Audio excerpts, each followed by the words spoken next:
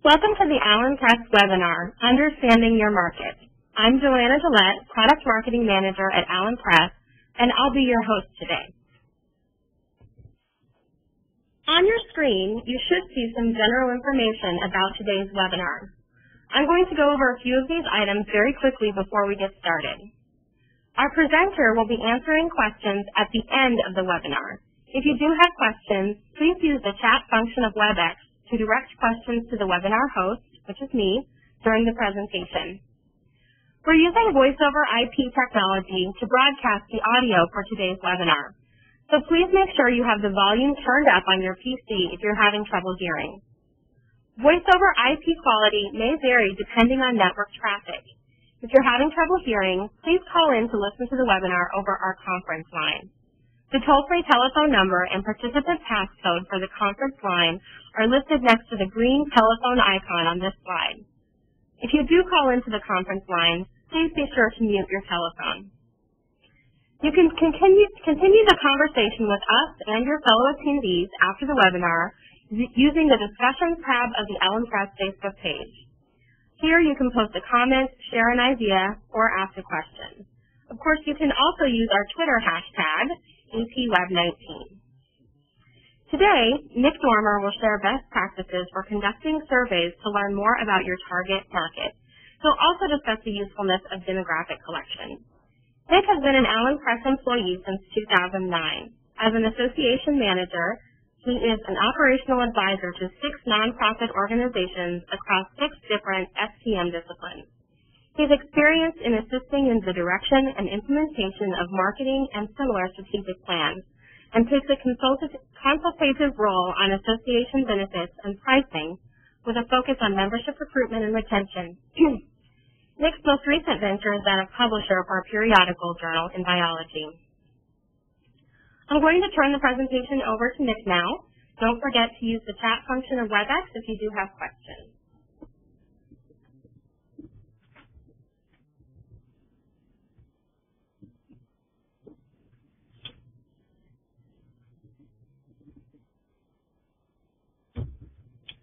Thank you, Joanna. Today we're going to discuss survey creation, administration, and analysis with an emphasis on best practices in customer care. Conducting a survey is no small task, as you see from the overview on your screen. There are often limited opportunities to gather feedback from your customers in a controlled environment, and even then you have to be careful not to fatigue them with frequent or lengthy questionnaires. A good survey will have clear intentions, understandable questions, and reasonable requirements of the customer. Your association undoubtedly values the feedback that your customers give, so you should always be prepared to meet their expectations. But before conducting a survey, you should establish a reason for opening communication with your customers. Some good reasons include asking them to qualify association benefits, customer satisfaction surveys, or figuring out how to drive content usage. But your customers are already taking time out of their busy day, tweeting hashtag APWeb19, meeting with the President of the United States of America, etc., to answer your questions. So it's important to think it out beforehand and do it right the first time. Although there are plenty of good reasons to conduct a survey, there are common pitfalls that can hinder your collection. Survey conduction can be quite time-consuming, as there are numerous stages that the survey should go through before it's ready for your audience. Not giving your survey an adequate amount of time and effort could result in inadequate collection. Your team needs to first consider whether or not a survey would be valuable. If you know that your customers responded poorly to a service or product, for example, then there's no need to survey them about it. Just make the change. Once you've decided to survey your customers, find out how much the process will cost from start to finish and whether you have the resources to effectively implement it. If you go through the process of conducting the survey but don't usefully process the information, then all of that work was purposeless. There are several different types of surveys that can be implemented, and I'm going to cover a few of them. Focus groups are typically a small sample of people questioned on specific topics, usually in a group setting that encourages discussion and interaction. This type of survey is ideal for generating qualitative feedback, as well as capturing ideas and suggestions. Exit surveys can be used as an instrument that attempts to learn why a customer is choosing to disengage with your association. These are important because the customer is once again a prospect, and you'd like to know what could have made the product or service more valuable, if anything.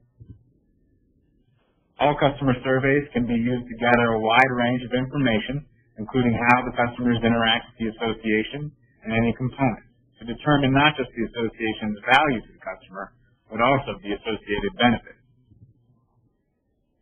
New customer surveys can help an association make sure the new customer is engaged before they receive a renewal letter, and can help them become familiar with products or services of which they may not have known. Quick polls are typically unscientific questions that are intended to capture the pulse of the customer base. You'll commonly see these embedded on websites like what's your favorite color and choices of red, orange, yellow, green, blue, indigo, violet. As for distribution, one of the most common is through an online survey service like SurveyMonkey, SurveyGizmo, or Zoomerang. This method is the fastest, most efficient, and most organized way to deliver a survey. Survey questions can be integrated with predetermined templates and provide the ability for personalization. Surveys can be distributed in a link by email or embedded in a blog through social media. The survey can also be printed for mailing. Printed surveys involve more time, resources, and expenses to execute, but could yield better results. They can be integrated with marketing pieces or other member mailings, and may appear to have a more personal approach. In-person surveys are probably the least common because of the time and effort for administration, but is still a quality way to collect information. The surveyor can be more flexible face-to-face or voice-to-voice, adapting the manner and order in which the questions appropriately. Before conducting a survey, it's important that you establish a reason for the survey, or what you would like to know and your predicted outcome. Inevitably, the reason for conducting the survey will reflect in the questions, so having a drive or bias is not necessarily a bad thing, but the survey must be conducted in a neutral way, regardless of your bias. If it helps, try listing out the pros and cons of conducting a survey. This will help you look at the facts in an organized way. Consider discussing the survey with board members or committees to help build team support. Deciding the details of the survey can be just as important as the survey itself. If you don't consider your audience or what their expectations are after the fact, then chances are that future surveys won't go as well. Decide beforehand how the survey should be distributed, when and how long it should be available. Decide if the survey responses should be collected anonymously, and whether or not the results will be publicized. Lastly, decide whether or not incentives should be offered, including discounts or drawings for a prize. As a general rule of thumb, incentives should only be used if you believe that it will improve your response rate. But most associations have constituents with a vested interest, so it may not be necessary anyway. Offering an incentive may reduce the number of non-responses, like don't know or not applicable, because there's a sense of obligation to the surveyor, and may also increase the likelihood of the customer giving lengthy answers or to answer future surveys. Be careful to make your incentive attractive to all demographic groups being surveyed. And don't forget to collect all the necessary information to fulfill your promise for a reward. And be sure to deliver the incentive in a timely manner.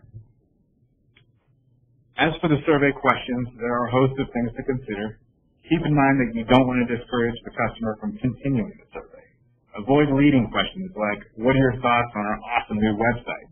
The customer is going to see that the surveyor thinks the new website is awesome and may answer accordingly. Instead, you should ask, how do you feel about the recent changes to the website? Avoid loaded questions like, the board has considered eliminating the printed journal. Do you support that view? This may cause frustration for customers who like receiving a printed copy or who hadn't heard that it may be eliminated before now. Instead, you should ask, how do you prefer to read your association's content?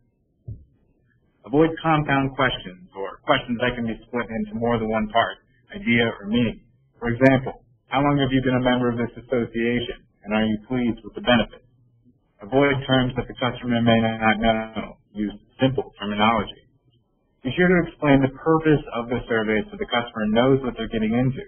Include details like the nature of the question, how long it should take, whether or not an incentive is offered, and if the responses are anonymous. Keep the survey short to keep the customer's attention. 10 to 15 questions is ideal. 30 plus may be pushing it. Use second person like you when possible, for a personal appeal. Avoid first and third person, as that may make the customer feel a little bit alienated. Although open-ended questions can be valuable for free-form, asking too many open-ended questions may fatigue the customer or discourage them from answering thoroughly. And proofread. And neglecting to do so will make you seem careless and unprepared. And lastly, test the survey to make sure it accomplishes your goals and is easy on the customer. And while we're on the topic of understanding our customers, don't assume that you know them. Figure it out. Make sure that you know your audience prior to beginning the survey. If you don't have an email address for half your customers, for instance, then it's probably not a good idea to do an electronic survey. And don't assume that certain demographics won't respond to electronic surveys unless you have the information to prove otherwise. You'd be surprised at who at your customer base still uses tablets or other mobile devices. Now consider detailed questions about your customers, including employment and areas of interest. Use surveys to identify how many of your customers have buying power or share their benefits with colleagues. Don't limit yourself to address and email. Get to know your customers so you can better serve them. Put the important questions near the beginning, as those will have a higher chance of being answered. If the survey is longer, then it may be good to divide it into parts so the customer can ingest the survey in smaller portions. Divisions can include purpose questions, which should be used to solicit information relative to your survey goal, specifically about your product or service. Demographic questions could be used to solicit basic information about your customers. They provide context and allow you to classify responses based on similar characteristics.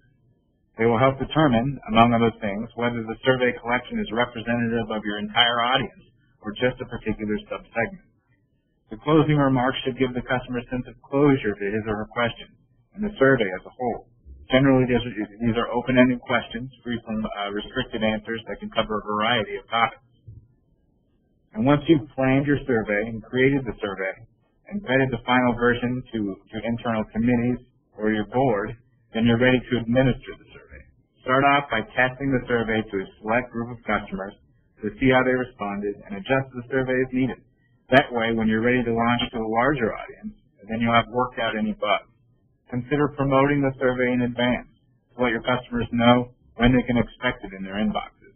Communicating about the survey in advance may help retention rates. Promote the survey on your association's website, in a blog, or social media. If applicable, send out reminders to encourage your customers to respond. Tell them when the survey is going to close. Also, be sure to thank your customers for participating. Express gratitude for taking the time out of their busy day, APWeb #19, to help better understand them. When the survey is complete, then you're halfway done. Before presenting the data to your board or putting together action items based on your limited research, it's good to get to know your data more. Start by gathering or downloading the results of the survey and putting it into an Excel file. Bringing the survey into a new environment makes for an easy review of the results and can aid in drawing conclusions. Try grouping open-ended responses or uncommon responses according to their similarities. This will help with presenting the data in a useful way. Some responses may belong to multiple topics, so they should be divided appropriately. Graphing your data will help you draw conclusions from your survey collection and aid in reporting your findings. Use a pie chart to show how results vary among your whole collection. If your graph shows, for example, equal distribution for favorite topics in the journal, then that distribution will be magnified in this chart. Complete circle, if you will, of results. And bar graphs are useful in closely comparing categories of data for greater depth analysis. They segment each answer for comparison and encourage the viewer to see the results on an individual basis. This can help document your variables like time, age group, or interest. Once you're ready to analyze the results, you should first perform a gap analysis to determine what's missing or insufficient in the survey results. Whether design flaws like misplaced questions or confusing workflow, determining the attrition of the survey will also help identify which part of your customer base didn't take the survey, or how many customers began the survey but didn't finish. If there are a large number of extreme or unexpected answers, then that likely suggests unrest about a particular topic. Try to tie your answers to survey goals without stretching the truth. For example, if the majority of your customers respond favorably to specific topics in the journal, but feel that the overall content quality is average, then you may want to consider expanding on their topics of interest. In order to calculate the response rate, you can do so by dividing the number of collected responses by the number of customers surveyed. As you see on your screen, by multiplying it by 100, you get the overall response rate. The last part is to learn your responses and learn from your mistakes. You've just had an overload of information and should take the time to break down the results and draw conclusions. Just because you conducted one survey today doesn't mean that you can't correct any mistakes that you made in the process. A successful survey can be a live document, ready for adjustment, implementation at any time. When you present your data, be sure to explain the purpose of the survey. Include a copy of the survey and details about its administration. This will help the reviewer put in context of why the survey was conducted and what they went through. Deconstruct the responses for your audience. Tell them how you believe the customer reached a certain conclusion by giving specific examples. And lastly, take the time to make recommendations. The survey is useless unless some of the action items are put in place. Hold your associations and committees accountable to the standard that you've set. Now that the survey is complete, your customers will expect some activity. Don't disappoint them. Thanks again for your time, everyone. I'm going to hand it back over to Joanna to facilitate the Q&A. Okay, so do feel free to go ahead and keep chatting in questions. As we go through the Q&A, don't be shy about chatting in if you do have questions for Nick. We did have one come in just kind of about the size of a survey and how big of a sample group you need to be relevant for a focus group or other types of surveys. Does that vary depending on the survey type or? Yeah, I would definitely say that it varies on the survey type. For example, if you're doing a focus group, some of those will be largely in-person surveys, and it's good to have a list of topics just kind of in mind to bring to the survey itself. So when you get in a group environment, you can break people into smaller groups or ask them to focus on particular topics in smaller groups, and then you as the surveyor can just walk around and collect the information with a pen and pencil and paper, or even just kind of have a team of people participate along with them to gather qualitative feedback. Yeah, and you can also record, especially focus groups, because I think it's interesting to see maybe a couple of days later to kind of look back and see what people were talking about. You can sort of have some perspective. Absolutely. And recording those surveys is also good for the actual collection of the data to make sure that it's communicated among everyone as well. Okay, so Nick, what are your thoughts on encouraging participation with prize drawings or other incentives? Prize drawings are a good way to actually offer incentives for surveys, primarily because anytime you offer some sort of incentive, it's going to increase your response rate, as I said. But oftentimes it's better to offer multiple small prizes than one large prize. If you give customers the opportunity or thought of actually having a better chance of winning the prize, and that may make the survey a little bit more attractive. So, Nick, what do you think? Should surveys always be anonymous, or should you give respondents a choice to sign their survey? I guess this one depends mostly on the content. If we're talking sensitive subjects or things that feedback that is more so could be tied to a specific customer or idea, and it's probably better to make it anonymous.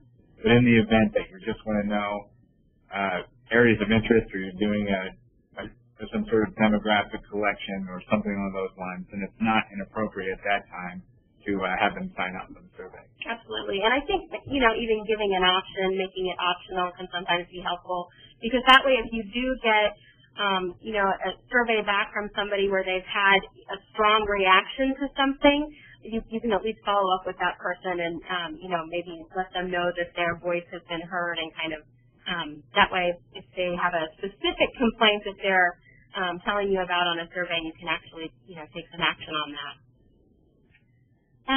So another question, Nick, how much does an online survey cost an association?